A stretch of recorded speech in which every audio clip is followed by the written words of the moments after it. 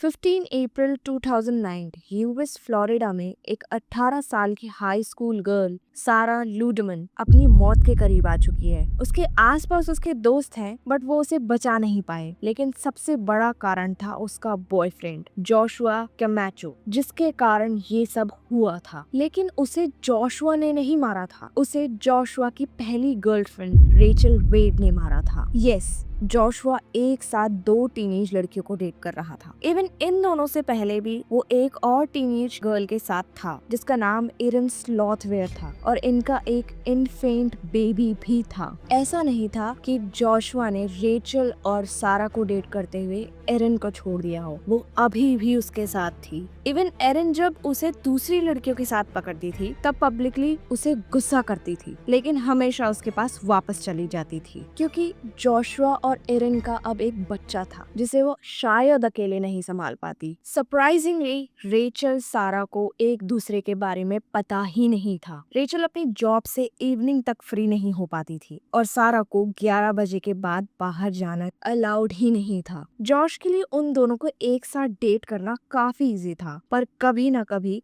सारा और रेचल को उन दोनों के बारे में पता तो चलना ही था। लेकिन जब उन दोनों को एक दूसरे के बारे में पता चला तो उन्होंने जॉश को ब्लेम करने की बजाय एक दूसरे को हेट और थ्रेट्स देना शुरू कर दिया। जॉश ने भी कभी उन्हें रोकने की कोशिश नहीं की क्योंकि उसे मालूम था कि रेचल काफी बार उसे छोड़कर वापस भी आ चुकी है और सारा उसके लिए पागल थी ही। उसे जॉश की कभी कोई गलती नहीं नजर आती थी। इवन जॉश को उन दोनों को आपस में लड़ता हुआ देख बहुत मजा आता था।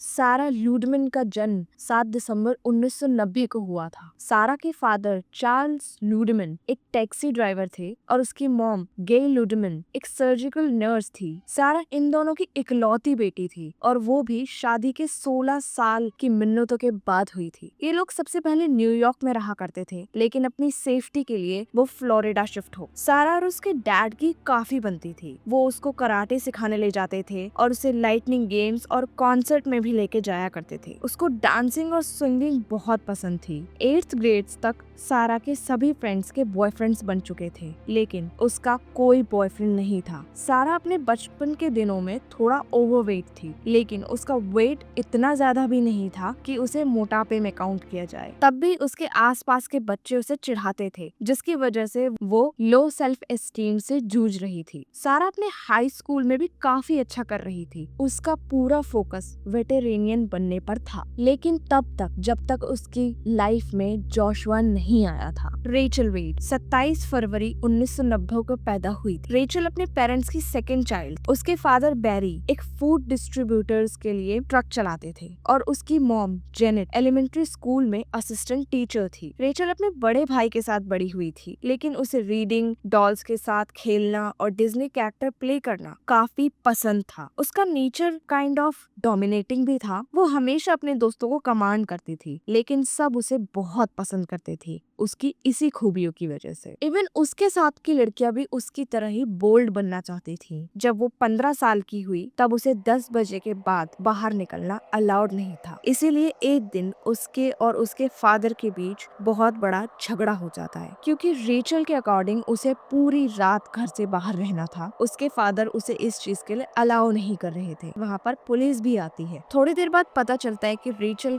कई बार अपने कमरे की खिड़की से निकल जाया करती थी और स्ट्रेंजर्स के साथ घूमा करती थी। एक बार रेचल और उसकी मॉम दोनों उसके बॉयफ्रेंड की वजह से लड़ रहे होते हैं। तभी रेचल को गुस्सा आता है और वो अपने किचन से एक चाकू निकालती है और उसे लेकर घर से भाग जाती है। रेचल 19 की एज तक जॉब करना शुरू कर चुकी थी और उसने अब खुद का अपार्टमेंट भी ले लिया था। जोशुआ कैमाचो एक कर्ली हेयर लड़का जिसकी dark colour, sculpted shoulder, black eye, long nose, wide lip और ये सब उसके फेशियल फीचर्स हैं। उसकी जीन्स थोड़ा लटकते रहती थी। उसकी हाइट भी ज्यादा नहीं थी। वो सिर्फ 5.5 फुट इंच था, पर वो चलता ऐसे था जैसे कोई बहुत बड़ा आदमी चल रहा हो। उसे फोन पोर्ट्रे करके फोटो लेना काफी अच्छा लगता था। अपने बाइसेप्स को हमेशा फ्लेक्स करना, हमेशा च्युइंगम खाना और अपने आर्म्स के टैटू को भी फ्लेक्स करना काफी अच्छा लगता था। जब वो हाई स्कूल में था तब चिक-फिल-ए में खाना बनाने का काम करता था। ग्रेजुएशन के बाद वो कॉलेज नहीं गया और ना ही उसके पास कोई ढंग की स्टेबल जॉब थी। जोशुआ जब एरन के साथ था तब वो रेचल से मिला, वो भी रेचल के लिव इन बॉयफ्रेंड के थ्रू। जब रेचल और उसका बॉयफ्रेंड अलग हो गए तब रेचल और जोशुआ डेट करने लगे, पर वो कई बार एक दूसरे से ब्रेकअप कर लेते थे और हर बार उनका पैचअप हो जाता था। लेकिन इस बार रेचल जोशुआ से काफी टाइम तक नहीं मिलती है,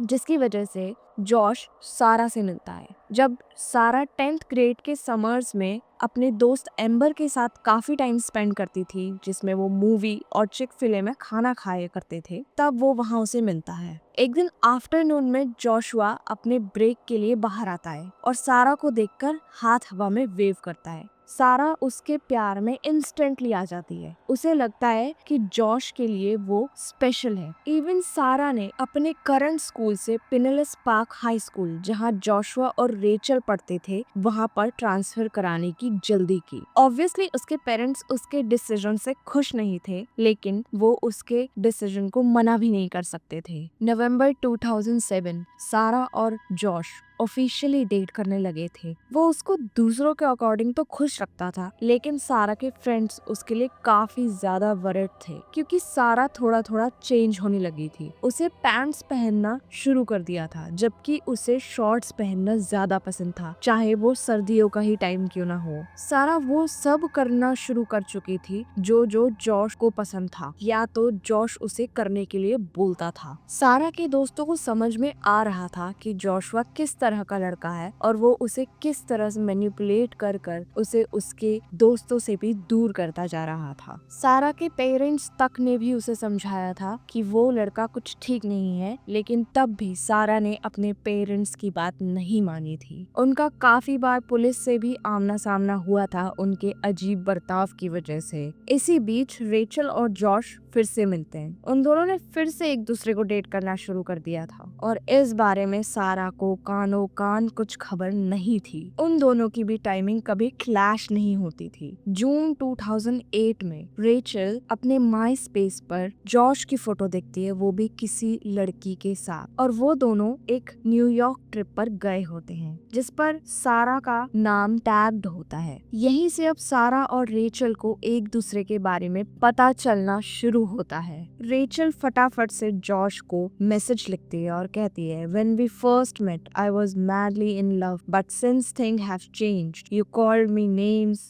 You slept around. I deserve so much better. लेकिन सारा ये कमेंट पढ़ लेती है और उसे लगता है कि वो जॉश की कोई पुरानी एक्स है, तो वो उसे रिप्लाई में कहती है जॉश हैड फाउंड बेटर, और यहीं से रेचल और सारा का माई स्पेस फ्यूड शुरू होता है। लेकिन कुछ समय बाद जब सारा को पता चलता है कि जॉश रेचल को अभी भी डेट कर रहा है उसके होते हुए, तब जुलाई 2, 2008 को वो उसे कन्फ्रंट करती है कि वो उसे चीट कर रहा है। तब जॉश उस पर हाथ उठा देता है, लेकिन सारा यहाँ पर जोशुआ पर गुस्सा नहीं दिखाती, वो इस चीज का सारा गुस्सा रेचल पर दिखाती है। अब चीजें धीरे धीरे हाथ से आगे जाने लगी थी। सारा और रेचल के साथ इस चीज में सारा के दोस्त भी इन्वॉल्व हो चुके थे। सारा और उसके फ्रेंड्स एप्पल बी में रेगुलरली जाने लगे, जहाँ पर रेचल काम किया करती थी। वहाँ जाकर वो सब रेचल को बुली किया करते थे, जैसे कि उसे बार बार ऑर्डर के लिए बुलाना, या फिर वो किसी ऑर्डर को लेकर जा रही है तो उसे धक्का दे देना। इन सब से परेशान होकर रेचल सारा को मैसेज करती है और कहती है कि तुम फैट और पथेटिक हो। 31 जुलाई 2008 टाको बेल के सामने कार आती है जहाँ पर रेचल खड़ी होती है और उसमें से 3 लड़कियां निकल कर आती हैं जो उसे टॉन्ट देना शुरू कर देती हैं। रेचल पुलिस में कॉल करती है और उन्हें बताती है कि वो लड़की और कोई नहीं, सारा और उसकी फ्रेंड्स थी। रेचल की फ्रेंड एगल बताती है कि सारा उसके घर आकर उसे धमका कर गई है, उसे बोल कर गई है कि कम फाइट विद मी। लेकिन तब उनका मामला इतना ज्यादा बड़ा नहीं था, इसलिए वो मामला वहीं रफा दफा हो जाता है। है। 29 अगस्त 2008 रेचल सारा को थ्रेटनिंग वॉइसमेल भेजती है और कहती है, I am guaranteeing you I am going to murder you.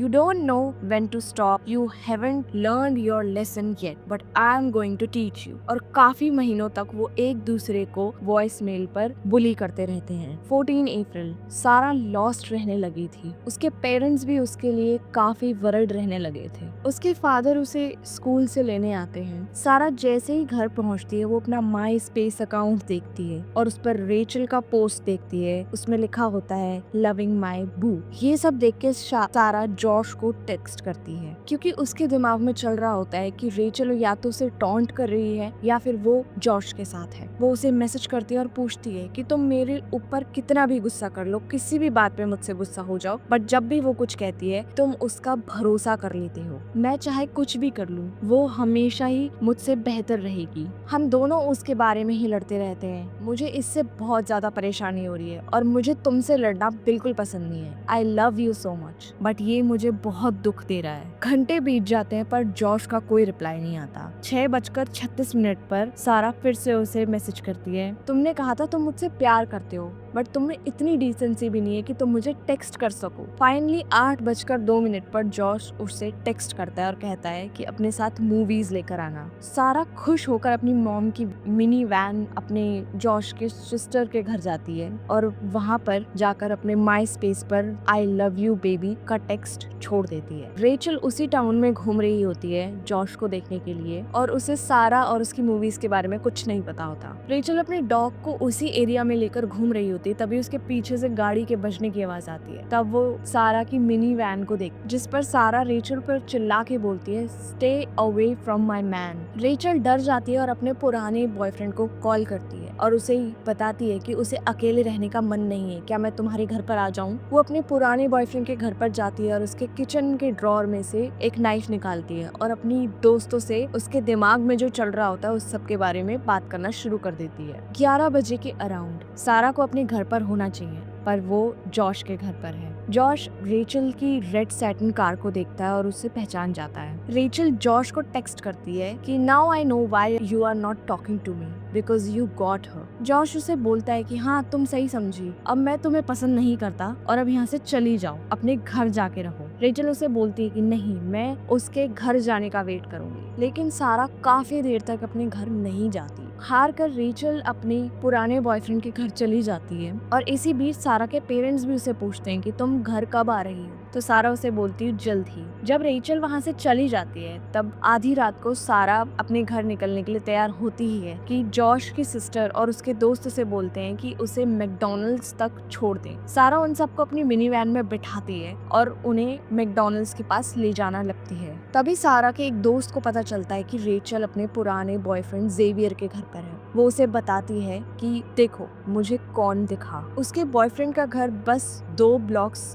ही दूर था। सारा जल्दी से उस जगह से रेचल के प्लेस पर पहुंचती है और उसे कॉल लगाती है और स्पीकर पे फोन रख रेचल सारा को कहती है, मैं तुम्हें मार दूंगी। सारा रेचल को व्हाइट हाउस के सामने खड़ा हुआ देखती है। वो एक कार से लीन होकर 2 लड़कों से बात कर रही होती है। वो अपनी चलती कार को रोकती है और ना तो उसके कीज निकालते, इंजन ऑन होते हैं और सारा रेचल की तरफ आगे बढ़ने लगती है। रेचल सड़क की तरफ भागती है। उन दोनों में हाथापाई शुरू होती है। रेचल सारा का कंधा पकड़ती है और दूसरी तरफ जब वो उसे हाथ मारती है तो इस बार उसके हाथ में चाकू होता है और सीधा सारा के चेस्ट में जाकर वो लगता है। सारा अपनी मिनी वैन की सीट पर जाकर गिरती है। तभी जॉश की सिस्टर और उसके दोस्त कार से बाहर निकलते हैं। सारा ड्राइविंग सीट पर लेटी होती है और उसके हाथ खुद के खून से सने हुए होते। तब वो जॉश को फोन लगाती है और कहती है मुझे दर्द हो रहा है और सड़क पर गिर जाती है। रेचल उस चाकू को अपने पड़ोसियों के घर की छत की तरफ फेंक देती है